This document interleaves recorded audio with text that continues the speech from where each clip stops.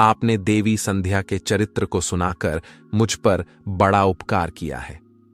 देवी संध्या की कथा सुनकर मैं धन्य हुआ। आपका कोटि कोटि धन्यवाद। हे प्रभु, अब मैं इस कथा का तीनों लोकों में प्रचार करूंगा।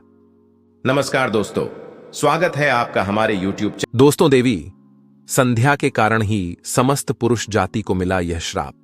आइए इस प्राचीन कथा के माध्यम से जानते हैं देवी संध्या ने पुरुष जाति को श्राप क्यों दिया था। दोस्तों, एक समय की बात है, देवर्षि नारद भगवान शिव के दर्शन करने के उद्देश्य से कैलाश पर्वत पर जाते हैं। देवर्षि को देखकर भगवान शिव प्रसन्न होते हैं और कहते हैं, हे नारद, आज किस कारण से कैलाश पर तुम्हारा आगमन हुआ है? अवश्य ही प्रभु ने कोई लीला रची है जिसका भाग बनकर तुम यहां पर आए हो। नारद जी कहते हैं, हे भोलेनाथ, आप तो संसार के कण में वास करते हैं, भला आपसे कोई बात कैसे छिपी रह सकती है? हे प्रभु, मन में आपके दर्शन करने की इच्छा हुई सो चला आ गया। आज मेरे मन में एक शंका निर्माण हो गई है, उसी का समाधान करने के उद्देश्य से आपके पास आया हूं। कृपया मेरी इस शंका का समाधान कीजिए। भगवान शिव कहते हैं, हे नारद, तुम्हारे मन में जो भी शंका हो निसंकोच होकर पूछ लो, तुम्हारी हर शंका का समाधान किया जाएगा। अतः तुम्हारी जो भी शंका हो पूछ लो। देवर्षि कहते हैं, हे दीनानाथ, आप परम दयालु और कृपालु हैं, अपने सभी भक्तों पर समान कृपा दृष्टि बनाए रखते हैं। भक्त के मन में क्या चल रहा है आप स्वयं ही जान लेते हैं और उसकी इच्छा को पूर्ण करते हैं। मेरे मन में जो शंका है उसे भी आप भली भांति जानते हैं। भगवान शिव कहते हैं, हे नारद, तुम्हारे मन में जो प्रश्न उठ रहा है उसे मैं अवश्य जानता हूं, इसीलिए अब पूछने में संकोच न करो। देवर्षि कहते हैं, हे प्रभु, आज मैं आपके पास यह जानने के लिए आया हूं, देवी संध्या कौन थी और उन्होंने समस्त पुरुष जाति को कौन सा श्राप दिया था। आज मैं आपके पास देवी संध्या का महात्म्य सुनने के लिए ही आया हूं।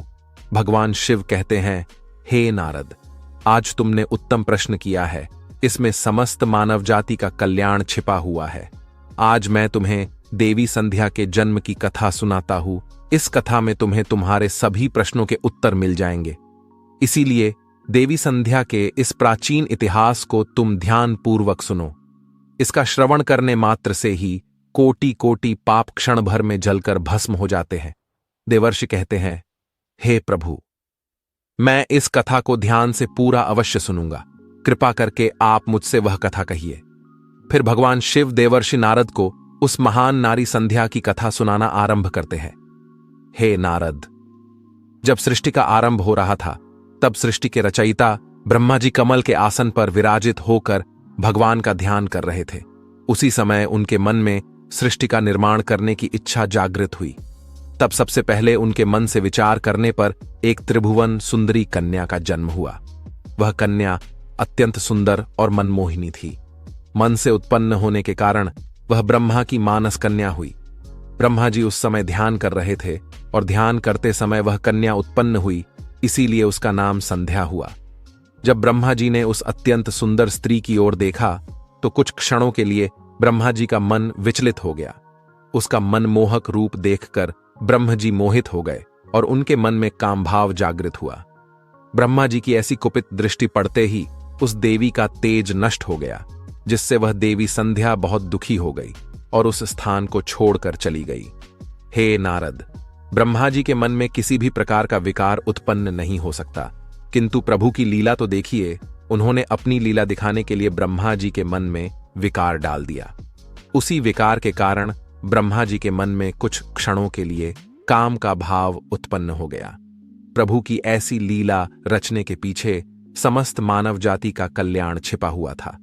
इसीलिए अब तुम प्रभु की इस विचित्र लीला को ध्यान से सुनो। ब्रह्मा जी के ऐसे व्यवहार से देवी संध्या अत्यंत दुखी होकर चंद्रभाग पर्वत पर ध्यान करने के लिए चली गई। वहां जाकर उसके मन में इस बात की चिंता सताने लगी कि मैं तपस्या किसकी करूं, किस भगवान की आराधना करूं। इसी विचार से वह पृथ्वीलोक पर बृहलोहित नाम के सरोवर के पास चली गई और वहीं पर खड़ी हो गई। फिर महर्षि वशिष्ठ उसी स्थान से गुजर रहे थे तो उन्होंने देवी संध्या को सरोवर के पास खड़ा हुआ देखा। देवी संध्या को अकेले उस स्थान पर देखकर महर्षि वशिष्ठ उसके पास चले गए और पूछने लगे, भद्रे, तुम कौन हो, किसकी पुत्री हो? इस भयंकर वन में किस लिए घूम रही हो? यदि कोई गोपनीय बात ना हो तो अवश्य तुम्हारा उद्देश्य बताओ। तब देवी संध्या ने उनके साथ जो हुआ वह बताया और कहा, हे मुनिवर, इस पर्वत पर तपस्या करने के उद्देश्य से आई हूँ। कृपया आप मुझे बताइए, मैं किसकी तपस्या करूं? मुझे अब इस दोष से कौन मुक्ति दिलाएगा तथा तपस्या कैसे करनी चाहिए? कृपया मुझे उपदेश देकर अनुग्रहित कीजिए। संध्या की बात सुनकर महर्षि वशिष्ठ कहने लगे, हे देवी, तुम भगवान नारायण की तपस्या करो। ओम नमो नारायणाय नमः इस महामंत्र का जाप करो। जब तक भगवान के दर्शन ना हो तब तक इस मंत्र का जाप करती रहो। स्वच्छ वस्त्र पहनकर उत्साह और प्रेम के साथ इस नियम का पालन करो। मौन धारण करते हुए भगवान के नाम का जाप करो। तुम्हारी भक्ति से प्रसन्न होकर भगवान विष्णु तुम्हें अवश्य दर्शन देंगे। इस प्रकार से महर्षि वशिष्ठ देवी संध्या को उपदेश देकर वहां से चले गए। देवी संध्या को अब तपस्या का मार्ग मिल गया। उसके हर्ष की सीमा न रही और वह बड़े आनंद के साथ श्री हरि की तपस्या में लग गई। वह महर्षि के बताए हुए नियमों का पालन सावधानी से करने लगी। इस प्रकार सभी नियमों का पालन करते हुए देवी संध्या ने 4 युगों तक अपनी तपस्या चालू रखी। उसका व्रत, तपस्या, भगवान के प्रति श्रद्धा को देखकर सभी देवताओं को बड़ा आश्चर्य हुआ। भगवान विष्णु भी देवी संध्या की तपस्या से अत्यंत प्रसन्न हुए और फिर वे मनोहर चतुर्भुज रूप धारण करके उसके सामने प्रकट हुए और देवी संध्या से कहने लगे, हे देवी, उठ जाओ, मैं तुम्हारी भक्ति से अत्यंत प्रसन्न हूं।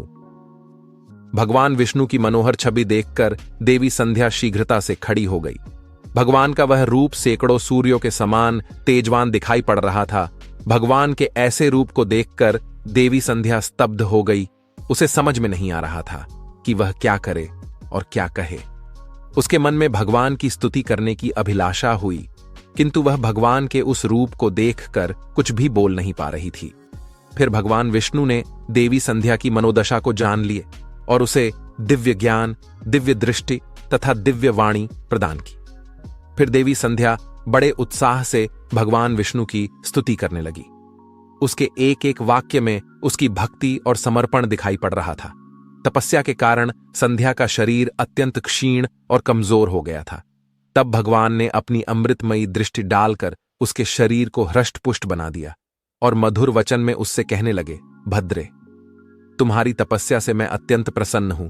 तुम अपनी इच्छा के अनुसार वर मांग लो। फिर देवी संध्या ने कहा, हे प्रभु, यदि आप मुझ पर प्रसन्न हैं, मुझे वरदान देकर अनुग्रहित करना चाहते हैं, मैं पहला वर यह मांगती हूँ कि संसार में जितने भी प्राणी हैं, पैदा होते ही उनके मन में काम का विकार उत्पन्न ना हो।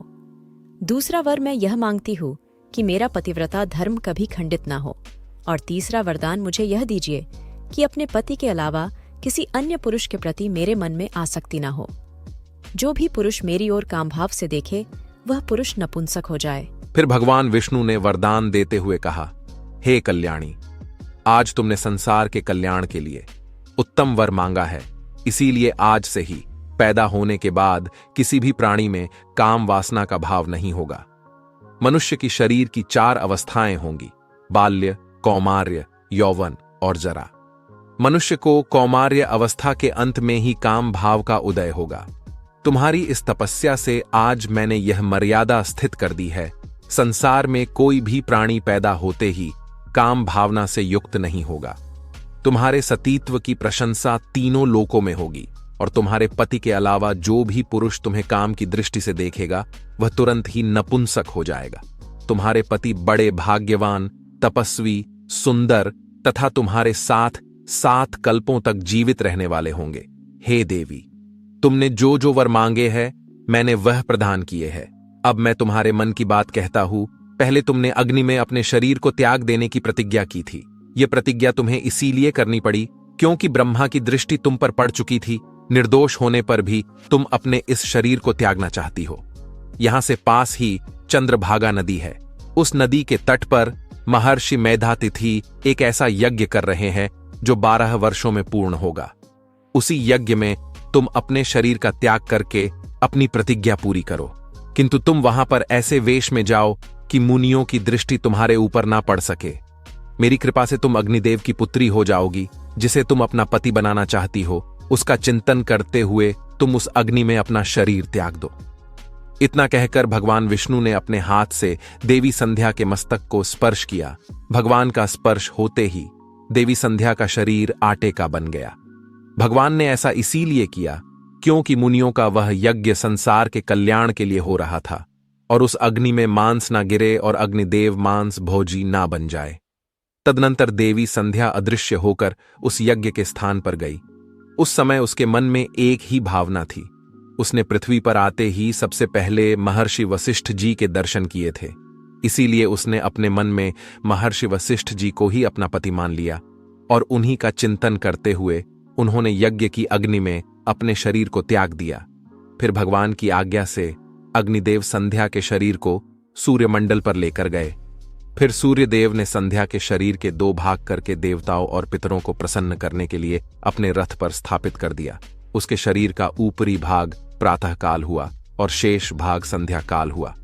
देवी संध्या के कारण ही सुबह सूर्योदय के समय को प्रातः संध्या कहा जाता है और सूर्यास्त के समय को संध्या काल कहा जाता है। इस प्रकार से देवी संध्या, जो त्याग की मूर्ति थी, उन्होंने अग्नि में प्रवेश करके अपने जीवन को समाप्त कर दिया। भगवान विष्णु के वरदान से देवी संध्या दूसरे जन्म में अरुंधति के रूप में प्रकट हुई और ब्रह्मर्षि वशिष्ठ जी की पत्नी हुई।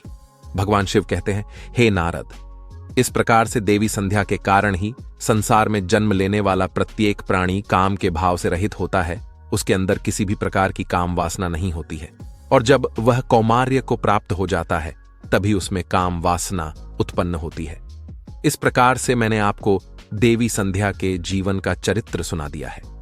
देवर्षि कहने लगे, हे प्रभु, आपने देवी संध्या के चरित्र को सुनाकर मुझ पर बड़ा उपकार किया है।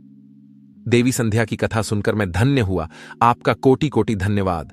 हे प्रभु, अब मैं इस कथा का तीनों लोकों में प्रचार करूंगा। तो दोस्तों, इस प्रकार से भगवान शिव ने देवर्षि को देवी संध्या की कथा सुनाई है। आपको यह कथा कैसी लगी कमेंट करके अवश्य बताएं। जानकारी अच्छी लगी तो वीडियो को लाइक जरूर करें और कमेंट में हर हर महादेव, जय श्री हरि विष्णु अवश्य लिखें। साथ ही चैनल को सब्सक्राइब करें ताकि ऐसी ही आध्यात्मिक जानकारी आपको प्राप्त हो। मिलते हैं अगली प्रस्तुति में।